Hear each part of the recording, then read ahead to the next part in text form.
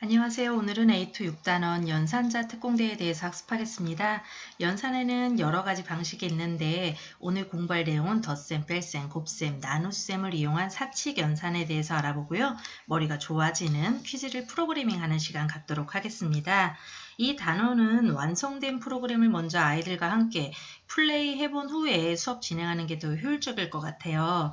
시작 버튼 한번 눌러볼까요? 시작 버튼 누르게 되면은 무작위 2개 숫자가 나오고요. 특공대 아저씨가 답을 알려줍니다. 그리고 가운데 연산자가 물음표로 표시되어 있고요. 그럼 우리는 이 답이 사칙 연산 중에서 어떤 연산으로 인해 나오게 되었는지 맞추면 되는 게임입니다.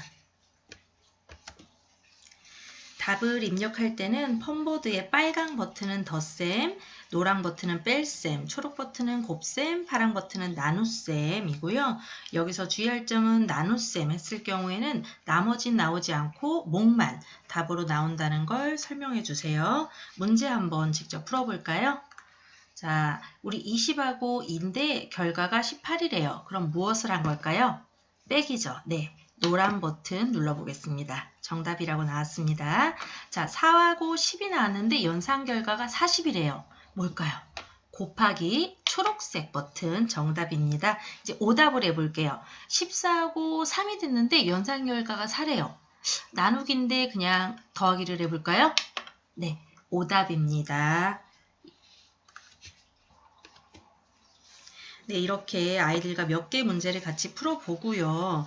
값 1과 값 2는 무작위수 블록을 활용하면 쉽게 출력할 수 있는데 어떻게 해야지 덧셈, 뺄셈, 곱셈, 나눗셈의 사칙 연산을 무작위로 할 수 있는지 또 내가 입력한 버튼을 어떻게 사칙 연산에 대입해서 정답을 맞출 수 있는지에 대해서 정리를 해보고 시작하도록 하겠습니다.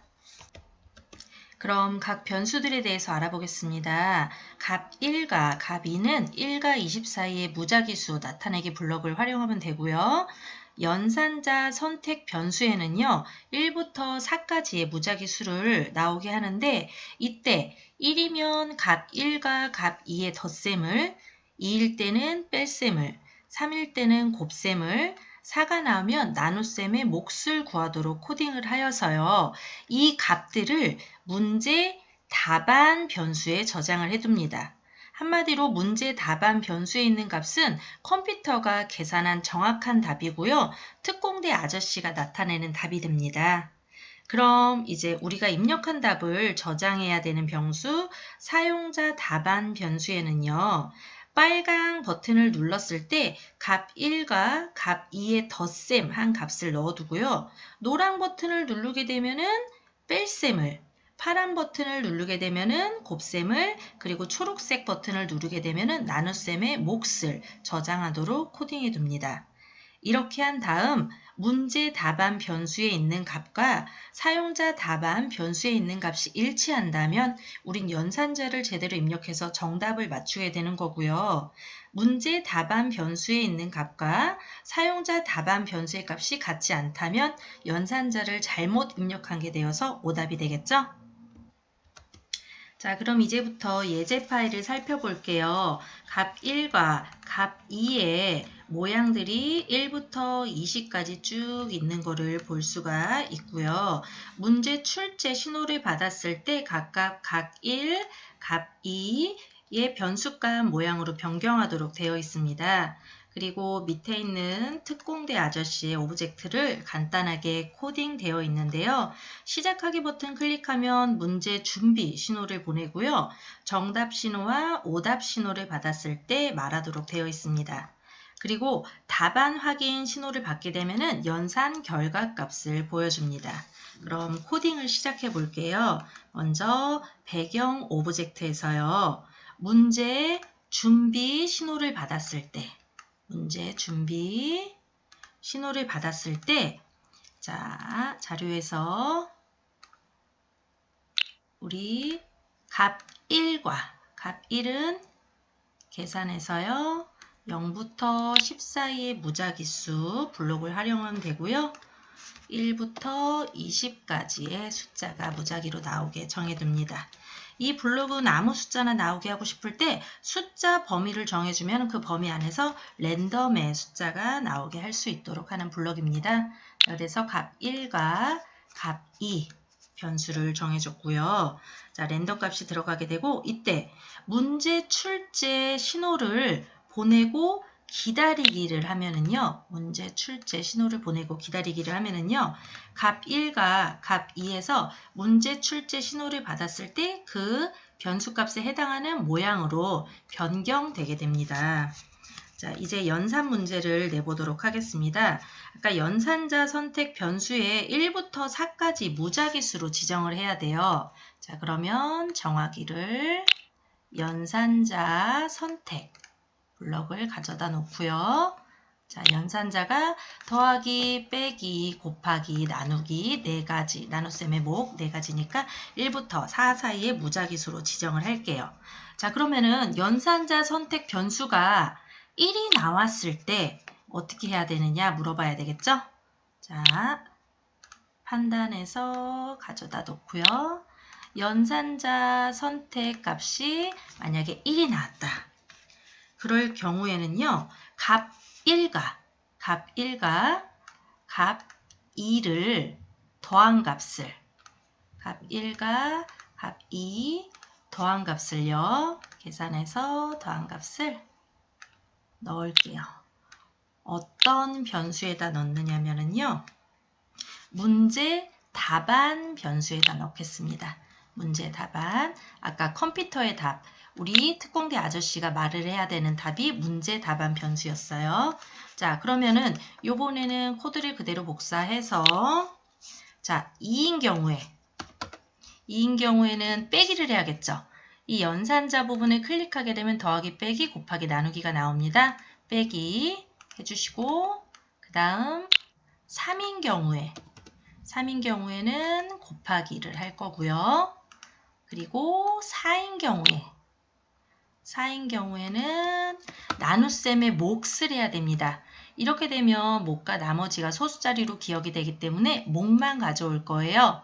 몫만 가져올 때는 이렇게 값 1 몫을 구하는 블록을 가져다 놓고요. 이렇게. 그런 다음 답안 확인 신호를 보내도록 하겠습니다. 답안을 확인해 주세요. 자, 그리고 답안 확인 신호를 받았을 때 코딩을 해보도록 할게요. 답안 확인 신호를 받았을 때 답안 확인은 사용자가 빨간 버튼을 눌렀을 때는 값 1과 값 2의 덧셈을 계산해서 사용자 답안 변수 안에 넣고요. 결과 확인 신호를 보내보도록 할게요. 먼저 값 1과 값 2가 더한 값을